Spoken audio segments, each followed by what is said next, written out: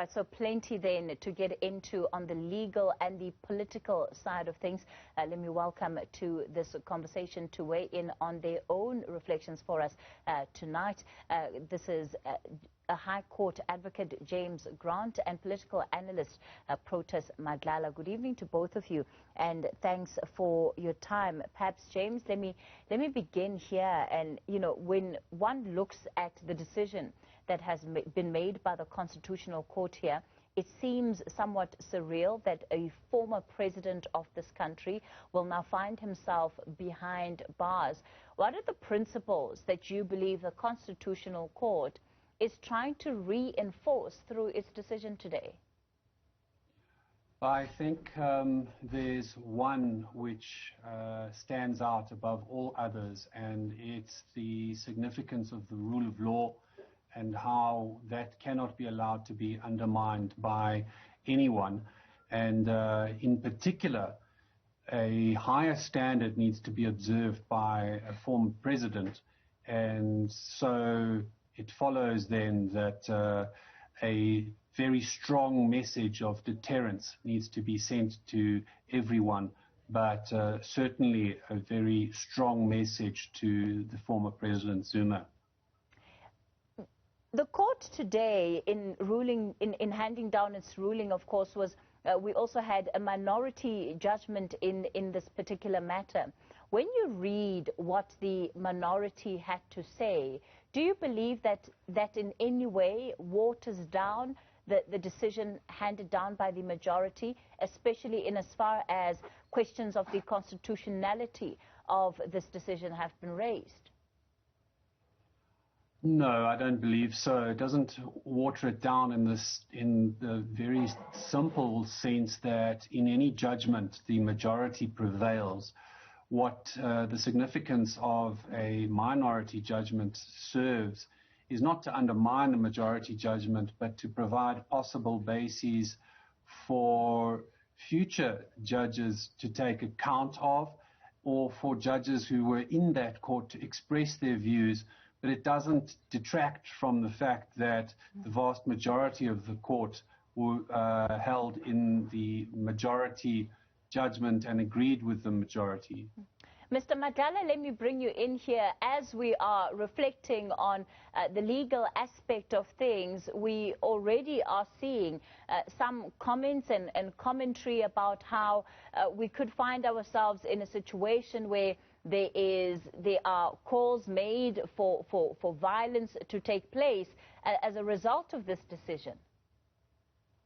Well, Cathy, that has been a trend ever since the first charges were laid against former state president, Mr. Zuma. I think back then in year 2005, always playing the victim of conspiracy of sort, and also some will even argue that this makes him to be more of a martyr. He might want to take advantage of this, but the same trend of victimhood.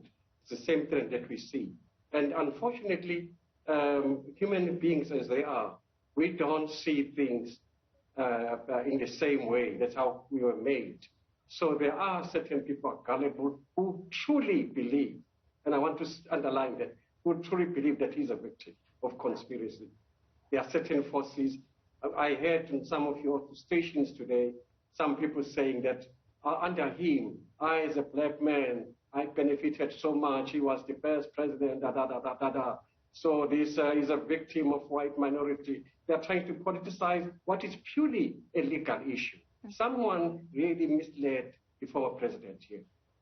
And it's not just about people in the country politicizing it. We also have organizations such as the MKMVA who are in very coded language suggesting that there could well be unintended consequences arising from this decision, especially when it comes to the extent to which they claim they're willing to go to prevent the former president from going to jail. Those were very predictable guys. You know, their reaction was very predictable. They are very blindly loyal, not to the principle, but to the man himself. For whatever reasons, they know themselves. But that was to be expected. But look, I think what the Constitutional Court did, I think they did the best thing for the entire justice system in the whole country. Otherwise, a precedent was going to be set. And also, we live in a constitutional democracy where there is separation of powers. No one is above the law. I know former president always says, or used to say, the ANC is above the country. You see, he's thinking like he's in heaven. The heaven call it logic, where 1 + 2 is 4. You know, the organization comes first, not the country. So it is that kind of thinking that sees him as a victim all the time. James, let me bring you in here and perhaps just speak about the options that are on the table for the former president, given the track record and the history of cases that he has had, whether it's in the courts, whether it's before the Zondo Commission of Inquiry. Is it an absolute given that he will be behind bars on the 10th of July? Cathy, in terms of whether he has any options, the answer, to my knowledge, is no. He has been convicted and sentenced by the highest court in our country. In terms of whether he presents himself or failing that, whether the police are able to take him into custody, those are social or political considerations in respect of which I can only express my hope that